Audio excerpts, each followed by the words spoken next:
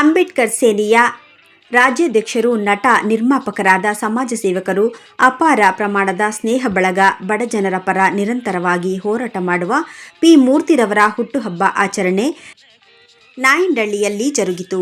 ಪೌರ ಕಾರ್ಮಿಕರಿಗೆ ಸೀರೆ ವಿತರಣೆ, ವಿದ್ಯಾರ್ಥಿಗಳಿಗೆ ನೋಟ್ಬುಕ್ ವಿತರಣೆ ಮಾಡುವ ಮೂಲಕ ಆಚರಿಸಿಕೊಂಡರು. ಹುಟ್ಟುಹಬ್ಬಕ್ಕೆ ಅಪಾರ ಪ್ರಮಾಣದ ಸ್ನೇಹ ಬಳಗ ಬಂದು ಶುಭ ಕೋರಿ ಮುಂದಿನ ದಿನಗಳಲ್ಲಿ ಜಿಬಿಎ ಚುನಾವಣೆಯಲ್ಲಿ ಗೆದ್ದು ಜನಸೇವೆ ಮಾಡಲಿ ಎಂದು ಶುಭ ಹಾರೈಸಿದರು.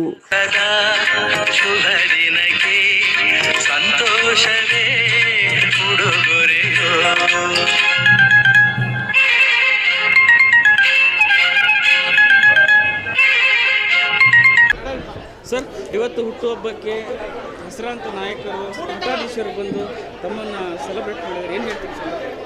ಇಲ್ಲ, ತುಂಬ ಖುಷಿ ಆಗ್ತದೆ. ಯಾಕಂದರೆ ಪ್ರತಿ ವರ್ಷವೂ ನನ್ನ ಹುಟ್ಟುಹಬ್ಬ ಕಾರ್ಯಕ್ರಮಕ್ಕೆ ರಾಜ್ಯದ 31 ಜಿಲ್ಲೆನ ಎಲ್ಲ ಅಂಬೇಡ್ಕರ್ ಸೇನೆ ಅಭಿಮಾನಿಗಳು, ನನ್ನ ಸ್ನೇಹಿತರು, ವಿಶೇಷವಾಗಿ ನಮ್ಮ ಏನು ವಿ ಸೋಮಣ್ಣವ್ರ ಪುತ್ರ ಅರುಣ್ ಸೋಮಣ್ಣ ಸಾಹೇಬರು ಬಂದಿದ್ದರು, ಮತ್ತು ಆನಂದ್ ಗುರೂಜಿಯವರು, ಪಾಳ್ನಹಳ್ಳಿ ಮಠದ ನಮ್ಮ ಸಿದ್ದರಾಮ ಸ್ವಾಮಿಗಳು, ಮತ್ತು ಎಲ್ಲ ನಮ್ಮ ನಾಯಂಡಹಳ್ಳಿ ವಾರ್ಡ್ನ ಎಲ್ಲ ಮುಖಂಡರು ಬಂದು ಇವತ್ತು ನನ್ನ ಹುಟ್ಟುಹಬ್ಬಕ್ಕೆ ಆಶೀರ್ವಾದ ಮಾಡಿದರೆ ತುಂಬ ಖುಷಿ ಆಗ್ತದೆ. ಹುಟ್ಟುಹಬ್ಬನ ಆಚರಣೆ ಮಾಡ್ತಾ ಇದ್ದೀರಾ, ಬಿಜೆಪಿ ಪಕ್ಷನ ಬೆಂಬಲಿಸ್ತಾ ಇದ್ದಾರೆ ಮತ್ತು ರಾಜಕಾರಣಕ್ಕೆ ದಾಪುಗಾಲು ಇಡ್ತಾ ಇದ್ದಾರೆ. ಹೌದೌದು, ವಿ ಸೋಮಣ್ಣವರು ಆದಿಯಾಗಿ ಅವ್ರ ಜೊತೆಯಲ್ಲಿ ನಾನು ಪಕ್ಷಕ್ಕೆ ತೊಡಗಿಸ್ಕೊಂಡಿದ್ದೀನಿ. ಸಕ್ರಿಯವಾಗಿ ಇಡೀ ಗೋವಿಂದ ವಿಧಾನಸಭಾ ಕ್ಷೇತ್ರ ಅಭಿವೃದ್ಧಿಗಾಗಿ ನಾನು ಮುಂದಿನ ದಿನಗಳಲ್ಲಿ ಅರುಣ್ ಸೋಮಣ್ಣವ್ರನ್ನ ಈ ಭಾಗದಲ್ಲಿ ಶಾಸಕರು ಮಾಡ್ಬೇಕನ್ನೋದೇ ನಮ್ಮ ಉದ್ದೇಶ.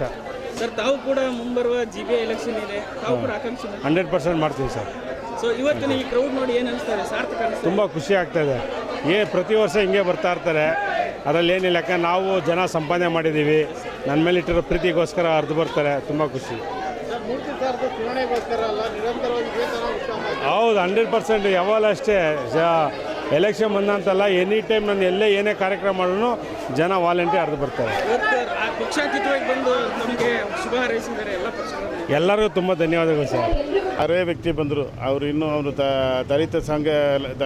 ದಲಿತ ಸಂಘಟನೆಗಳೆಲ್ಲ ರಾಜ್ಯಾಧ್ಯಕ್ಷರಾದರೂ ಸಹ ಎಲ್ಲ ಜಾತಿ ಜನಾಂಗದ ಹುಡುಗರನ್ನೆಲ್ಲರನ್ನು ವಿಶ್ವಾಸಕ್ಕೆ ತಗೊಂಡು ಎಲ್ಲರೂ ಒಳ್ಳೆ ರೀತಿಯಲ್ಲಿ ಅವರ ಸಭಾಲ್ಗೆ ಅಂತ ಮಾಡುವಂಥ ಒಂದು ಒಳ್ಳೆಯ ವ್ಯಕ್ತಿ ಅವರು. ಹಾಗಾಗಿ ಅವ್ರಿಗೆ ಮುಂದಿನ ದಿವಸಗಳಲ್ಲಿ ರಾಜಕೀಯವಾಗಿ ಅವ್ರಿಗೂ ಒಂದು ಸ್ಥಾನಮಾನ ಸಿಗಬೇಕು, ಅವರು ರಾಜಕೀಯವಾಗಿ ಬೆಳಿಬೇಕು. ಯಾಕಂದರೆ ರಾಜಕೀಯವಾಗಿ ಬೆಳೆದ್ರೆ ಮಾತ್ರ ನಾವು ಇನ್ನೂ ಸೇವೆ ಮಾಡ್ತೀವಿ, ಸಮಾಜ ಸೇವೆ. ಅಧಿಕಾರದ ಜೊತೆಗೆ ಅಧಿಕಾರ ಇದ್ದರೆ ಇನ್ನೂ ಉತ್ತಮವಾಗಿ ಸೇವೆ ಮಾಡಬೇಕು ಅನ್ನೋ ಒಂದು ಕಾರಣದಿಂದ ಅವ್ರಿಗೂ ರಾಜಕೀಯ ಭವಿಷ್ಯ ಸಿಗಲಿ ಅಂತ ನಾವು ದೇವರಲ್ಲಿ ಕೇಳ್ಕೊಂಡು. ಸರ್, ಈಗ ಮೂರ್ತಿಯವರು ಘೋಷಣೆ ಮಾಡಿದ್ದಾರೆ ಬಿಜೆಪಿ ಪಕ್ಷದನ್ನ ಮುಂದುವರಿತೀನಿ ಅಂತ. ತಾವು ಬೇರೆ ಪಕ್ಷದವರಾದರೂ ಕೂಡ ಈ ಒಂದು ಫ್ರೆಂಡ್ಶಿಪ್ ಬಾಂಧವ್ಯ ಹೇಗೆ ಮುಂದುವರಿಯುತ್ತದೆ ಸರ್? ರಾಜಕೀಯ ಬೇರೆ, ವಿಶ್ವಾಸ ಬೇರೆ. ಅದು ಆವಾಗಲೇ ಹೇಳಿದ್ನಲ್ಲ, ಅವ್ರು ಎಲ್ಲ ಜನಗಳ ಹತ್ರ ಚೆನ್ನಾಗಿ ಬೆರೀತಾರೆ, ಎಲ್ಲರೂ ಕಷ್ಟ ಸುಖಕ್ಕೆ ಸ್ಪಂದಿಸ್ತಾರೆ. ಹಾಗಾಗಿ ರಾಜಕೀಯನ ಹೊರತುಪಡಿಸಿ ನಾವೆಲ್ಲ ಒಳ್ಳೆ ಸ್ನೇಹಿತರುಗಳು, ಅವ್ರು ಒಳ್ಳೇದಾಗಲಿ ಅಂತ ಬಯಸ್ತೀವಿ. ಆಧ್ಯಾತ್ಮಿಕವಾಗಿ, ಧಾರ್ಮಿಕವಾಗಿ, ಸಾಧು ಸಂತರ ಬಗ್ಗೆ ವಿಶೇಷವಾದಂಥ ಕಾಳಜಿ ಇಟ್ಕೊಂಡಿರ್ತಕ್ಕಂಥವ್ರು ಸೋಮಣ್ಣವರು ಅಂದರೆ ತಪ್ಪಲ್ಲ. ಅದೇ ದಾರಿಯಲ್ಲಿ ನಡೆದು ಬರ್ತಿರ್ತಕ್ಕಂಥವ್ರು ಅರುಣವರು. ಹಾಗಾಗಿ ಜೊತೆಗೆ ಇರುವಂಥ ಎಲ್ಲ ನನ್ನ ಅಣ್ಣ ತಮ್ಮಂದರು, ಹಾಗೆ ಸಾಕಷ್ಟು ಜನ ನಾಯಕರು, ಹಾಗೆ ಮೂರ್ತಿಯವರ ದಂಪತ್ಯ, ಅವರು ಇನ್ನೂ 100 ಕಾಲ ಇನ್ನು ಹೀಗೆ ಸಂತೋಷವಾಗಿರಲಿ. ಜನ್ಮದಿನದ ಶುಭಾಶಯಗಳು.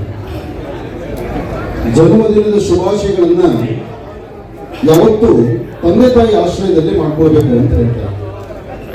ಹಾಗೆ ತಂದೆ ತಾಯಿ ಆಶ್ರಯ ಎಲ್ಲಿರುತ್ತಪ್ಪ ಅಂದ್ರೆ, ಯಾರು ಹೃದಯದಲ್ಲಿ ಜಾಸ್ತಿ ಪ್ರೀತಿಯನ್ನು ಸಂಪಾದನೆ ಮಾಡ್ಕೊಂಡಿರ್ತಾರೆ ಅವರಿಗೆ ಅವರು ಎಲ್ಲರೂ ಸಿಗುತ್ತೆ.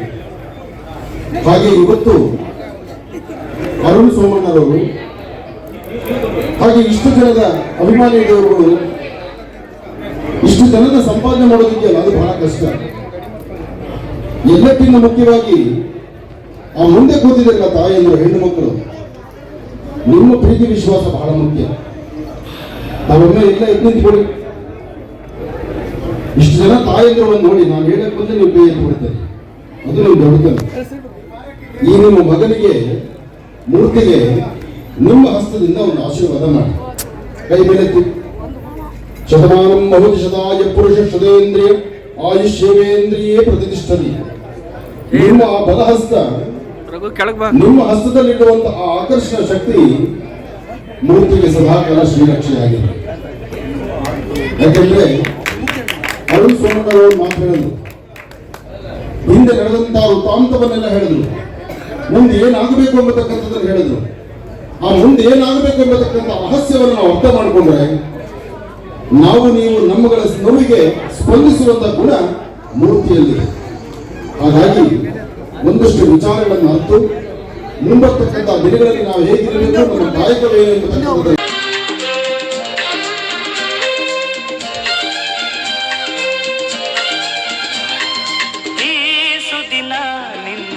ಜನುಮದಿನ ಸಂತೋಷದ ಶುಭ ಸುದಿನ,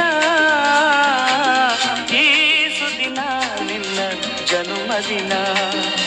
ಹಳೆಯದು ಮರೆಯಲಿ ಹೊಸತಿನಲ್ಲಿ, ಈ ಜೀವನ ನಲಿಯಲಿ ಹರುಷದಲ್ಲಿ.